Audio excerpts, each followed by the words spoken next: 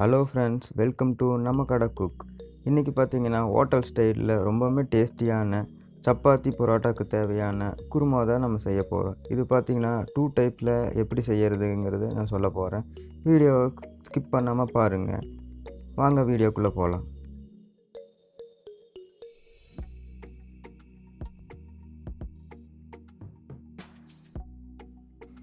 தேவையான பொருட்கள்: 2 பெரிய வெங்காயம் பொடியாக நறுக்கியது, 5 பச்சை மிளகா சின்னதாக இருக்கிறனால 5 எடுத்திருக்கேன், ஒரு துண்டு இஞ்சி, 4 பூண்டு, அது போக மிக்ஸி ஜாடியில் பார்த்தீங்கன்னா சோம்பு 1 ஸ்பூன் சேர்த்துக்குங்க, கசகசா கொஞ்சம், 4 கிராம்பு, இது போக தேவையான அளவுக்கு நம்ம தேங்காய் சேர்த்திக்கிறோம் அரைக்கிறதுக்கு. 2 தக்காளி நான் எடுத்துக்கிறேன். அதில் ஒரு தக்காளி வந்து பார்த்திங்கன்னா நம்ம அரைக்கும் போது சேர்த்து அரைச்சிக்கோங்க, ஃபைன் பேஸ்ட்டாக பண்ணிக்கோங்க, அரைச்சி ரெடியாக வச்சுக்கோங்க. அது போக 4 கிழங்கு வந்து 4 கிழங்கு எடுத்துக்கங்க. நான் ஃபஸ்ட்டே வேக வச்சு தோல் உரித்து வேக வச்சுட்டேன் தனியாக. இப்போ நம்ம கடாயை பற்ற வச்சு எண்ணெய் ஊற்றி எண்ணெய் சூடு பண்ணலாம்.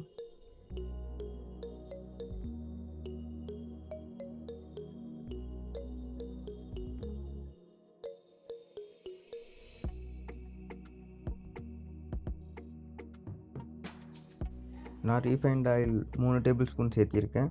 அது கூட 1 டேபிள் ஸ்பூன் நெய் சேர்த்திக்கிறேன். நெய் வந்து கொஞ்சம் நமக்கு வாசனை தரதோட டேஸ்ட்டு கொஞ்சம் நல்லா எடுத்து கொடுக்கும். இது நல்லா எண்ணெய் காஞ்சோன்னே நம்ம 2 துண்டு பட்டை சேர்த்திக்கிறோம். பட்டை கூட லவங்க இலை 2 துண்டை நான் எடுத்திருக்கேன். அது நல்லா கொஞ்சம் பொரிஞ்சு வரும். நறுக்கிய வெங்காயத்தை இப்போ நம்ம அது கூட சேர்க்குறோம். வெங்காயம் நல்லா லோ ஃப்ளேமில் வச்சுக்கோங்க. நல்லா வெங்காயம் வதங்கி வரட்டும், அடி பிடிக்காமல் நல்லா வதக்குங்க. வெங்காயம் நல்லா வதங்கி வரும்போது கொஞ்சம் உப்பு சேர்த்திக்கலாம். இப்போ நல்லா வெங்காயம் வதங்கிடுச்சு. இப்போ அந்த பேலன்ஸ் இருக்கிற அந்த ஒரு தக்காளி நல்லா பொடியாக நறுக்கி அதையே சேர்த்து நம்ம வதக்கிக்கலாம். நல்லா இது ரெண்டுமே நல்லா ஃபைன் பேஸ்ட் மாதிரி ஓரளவுக்கு வதங்கி வரட்டும். வதங்கி வந்த கடைசியில் நம்ம அரைச்சி வச்சுருக்கிற அந்த விழுதை நம்ம இது கூட சேர்த்துக்கலாம். இதையே சேர்த்து கொஞ்சம் 2 நிமிஷம் நல்லா பச்சை வாசம் போகிற அளவுக்கு நல்லா வேக விடலாம்.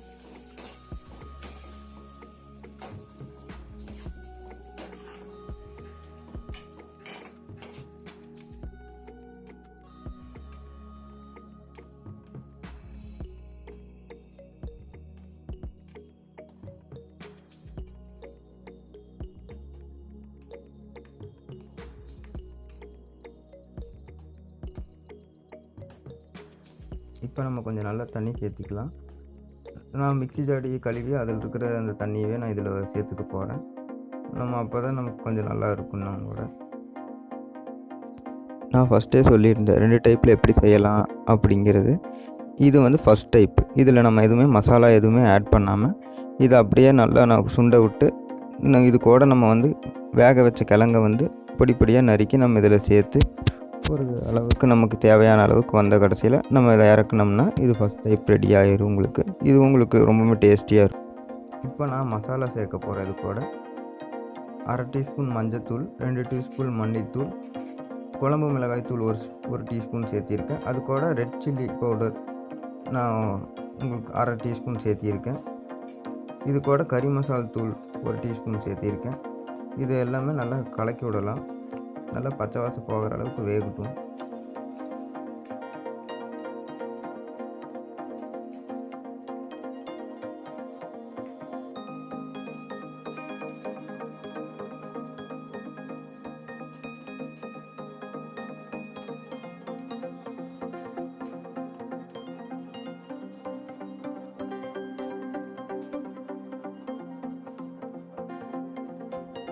கிரேவி பார்த்திங்கன்னா நல்லா கலர்ஃபுல்லாக இருக்குது, நல்லா டேஸ்ட்டாக வாசனையாக இருக்குது. இன்னும் நல்லா கொஞ்சம் எண்ணெய் பிரிஞ்சு வர வரைக்கும் நல்லா கொதிக்க விடலாம். நல்லா கொதித்து வரட்டும். இப்போ நான் அது கூட பார்த்திங்கன்னா பொடியாக நறுக்கிய வேக வச்சு உருளைக்கிழங்கு நான் சேர்த்திக்க போகிறேன். உருளைக்கிழங்கு உங்களுக்கு எவ்வளோ தேவையோ, உங்கள் வீட்டில் எத்தனை பேர்த்துக்கு நீங்கள் சமைக்கிறீங்களோ அந்த அளவுக்கு சேர்த்திக்கங்க. எனக்கு உருளைக்கிழங்கு நல்லா பிடிக்குங்கிறனால நான் கொஞ்சம் அதிகமாகவே சேர்த்திக்கிறேன். உருளைக்கிழங்கு நான் சேர்த்தன கடைசியில் தேவையான அளவுக்கு தண்ணி விட்டு கொஞ்சம் நல்லா வேக விடலாம். வெந்து தான் இருக்கும். நல்லா கொஞ்சம் கொதிக்க விட்டோம்னா நல்லா கிரேவியோடு மிக்ஸ் ஆகட்டும் நல்லா. அப்போ தான் கொஞ்சம் இன்னும் டேஸ்டியாக இருக்கும் உங்களுக்கு.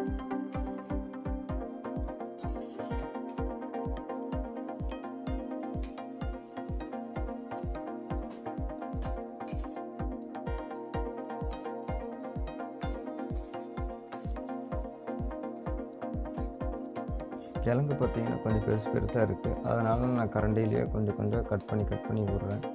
ஏன்னா வேக வச்ச கிழங்குங்கிறனால டக்குன்னு கட் ஆகிரும் உங்களுக்கு. நல்லா இது கொஞ்சம் ஓரளவுக்கு கொதிச்சு வந்துருச்சுனாலே உங்களுக்கு ரெடி ஆகிரும் உங்களுக்கு. இப்போ பார்த்தீங்கன்னா நீங்கள் தேங்காய் விழுது அரைக்கும்போது ஒரு தக்காளியை சேர்த்து லைட்டாக அரைப்பட்டுற மாதிரி அரைச்சிக்கோங்க. அப்போ தான் கொஞ்சம் தக்காளி இருக்கும்போது தான் குருமா உங்களுக்கு நல்லாயிருக்கும்.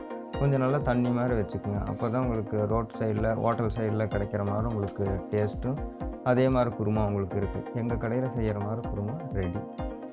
எல்லோரும் ட்ரை பண்ணி பார்த்துட்டு எப்படி இருக்குன்னு சொல்லுங்கள். தேங்க்யூ.